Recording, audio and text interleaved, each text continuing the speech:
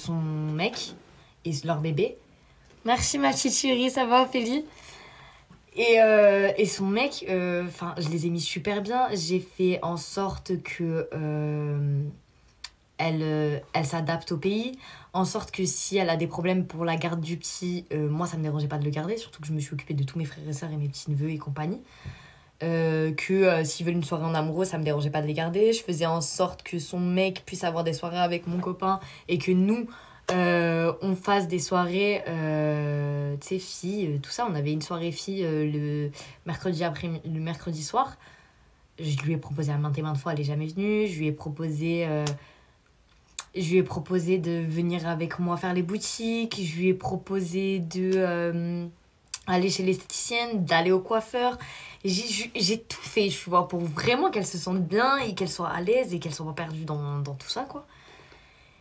Et bref, et du coup, je me retrouve à une soirée avec elle. Donc, je lui explique un peu mon ressenti. Enfin, je me confie à une copine. J'étais pas en train de tailler sur ma copine. J'étais en train de me confier justement ce qui est en train de se passer pour qu'elle elle m'éclaire un peu en ce que d'un avis extérieur, qu'elle me dise soit bah non, tu te montres des films, soit ah ouais, faut peut-être recadrer quelque part ou quoi que ce soit.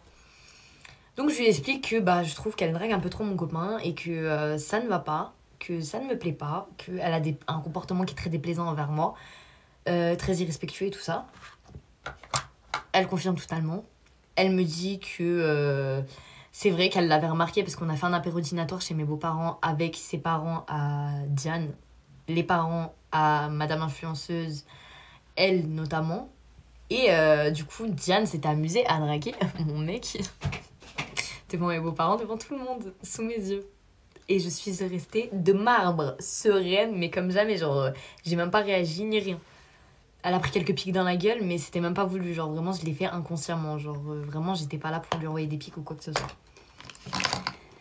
Et après avoir fait tout ça, donc j'en discute avec Madame Influenceuse et Madame Influenceuse me dit qu'elle est totalement d'accord avec moi et que ce n'est pas normal et qu'il faut que je réagisse, que je fasse quelque chose et compagnie. Mon mec n'arrive pas à voir ce que je suis en train de lui présenter et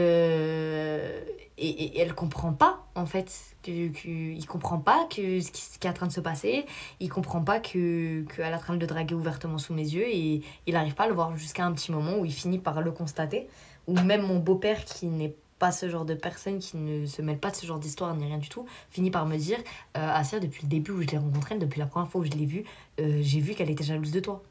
Et moi, ça m'a mis une petite claque dans la tête. J'étais là en mode mais non, c'est pas possible, pas ce genre de choses, tu vois. Genre, moi, je ne suis pas jalouse des gens, pourquoi être jaloux? Surtout que je te fais profiter avec moi, enfin, t'as pas de raison d'être jalouse. Et du coup, il se passe tout ça.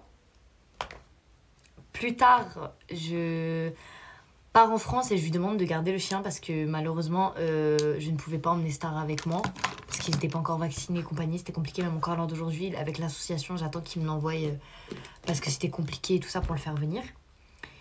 Et elle me dit non, mais il n'y a pas de souci.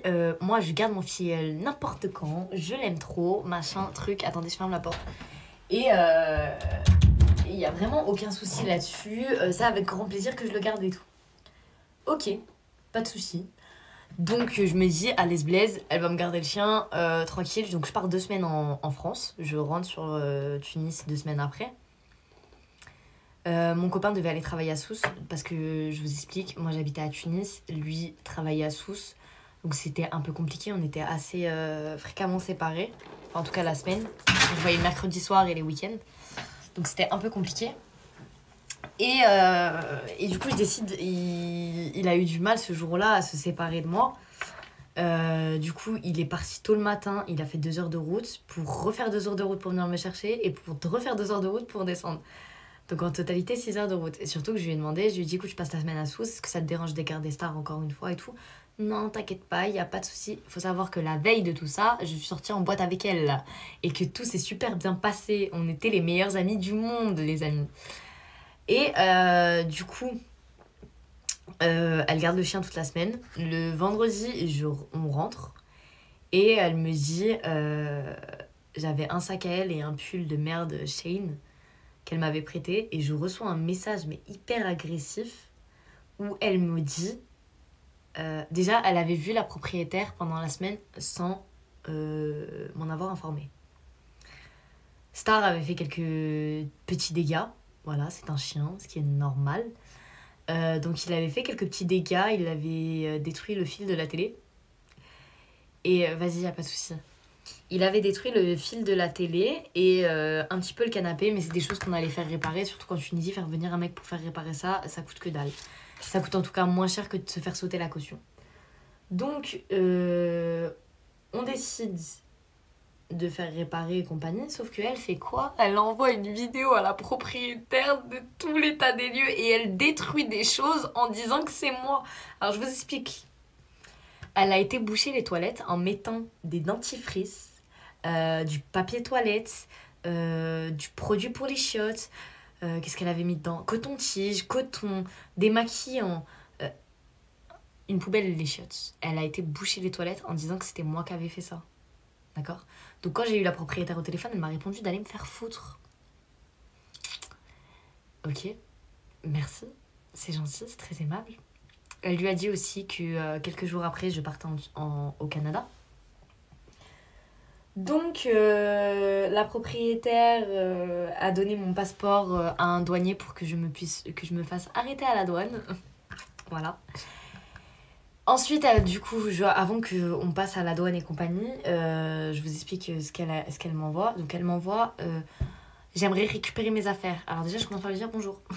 Je crois que t'es mignonne, merci, bonjour. Elle me dit je veux mes affaires avant 17h. Je lui dis avec tout le respect que je te dois, tu vas commencer à me parler correctement et éviter d'utiliser ce ton-là avec moi. Je peux savoir ce qui t'arrive? Ouais, je veux juste que tu me ramènes mes affaires.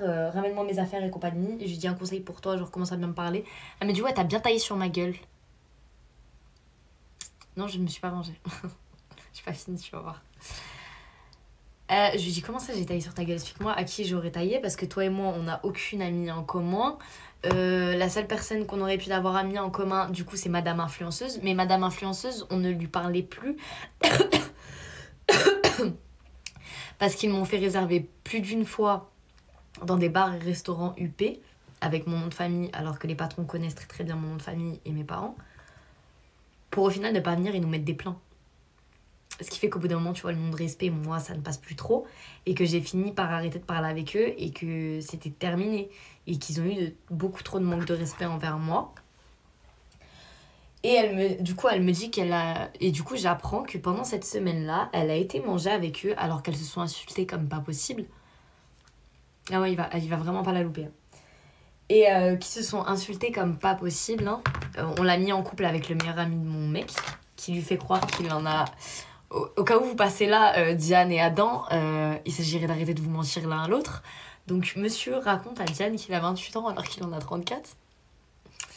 Ok. Ça commence hyper mal déjà, la relation. Et donc, ils décident d'aller manger tous ensemble à une table d'hypocrites pour tailler sur nous, préparer leur plan diabolique. Hein, parce qu'il faut dire ce qu'il est, il était diabolique ce plan-là. Mais vraiment diabolique. Vous pouvez même pas imaginer comment j'ai vécu mes vacances familiales au Canada. Ça a été une catastrophe. J'avais la honte. J'étais grave mal. J'étais gênée de tout ce qui venait de se passer. Et du coup, elle m'envoie un message et je lui dis un conseil pour toi. Je vais déposer tes affaires dans ta chambre, mais un conseil. Hein. Je lui dis ne sois même pas au loft quand je vais être là et que je vais récupérer mes affaires. Je lui dis parce que ça pourrait partir trop loin, toi et moi. La meuf avait fui déjà depuis la veille et elle avait laissé mes animaux, donc mon chat et mon chien, seuls. Toute une journée et toute une nuit sans manger, sans boire.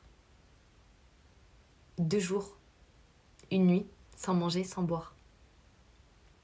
Genre, t'as aucune peine pour personne en fait. T'es une merde à ce point quoi. Et donc j'apprends tout ça. Elle s'est cachée pendant... Elle se cache même encore à l'heure d'aujourd'hui. De peur que je la retrouve et que ça parte en cacahuète. Mais ça y est, c'est passé. Je me suis apaisée. C'est vrai que sur le coup, si je t'aurais trouvé à l'appartement, ça aurait pu partir loin. Mais là, il n'y a plus aucune raison que ça se fasse. J'ai un peu la flemme des problèmes, quoi. Et donc, elle a parlé de ça à la propriétaire. La propriétaire a donné mon... Ah oui, attendez. Elle a voulu aller porter plainte contre moi pour vol. Alors que j'avais déposé ses affaires dans sa chambre, qu'elle n'a pas été récupérée, c'est l'agence qui les a récupérées. Et en plus de ça, madame voulait qu'on ait récupéré ses affaires à l'agence et qu'on lui emmène. Mais tu me prends pour qui, toi, là? Tu crois que je suis ta servante, ma copine, ou quoi? C'est pas comme ça. Tu prends un taxi, tu vas récupérer tes affaires. Ou tu demandes à ton mec, le clochard, qui te demande de t'emmener, mais pas à moi, quoi.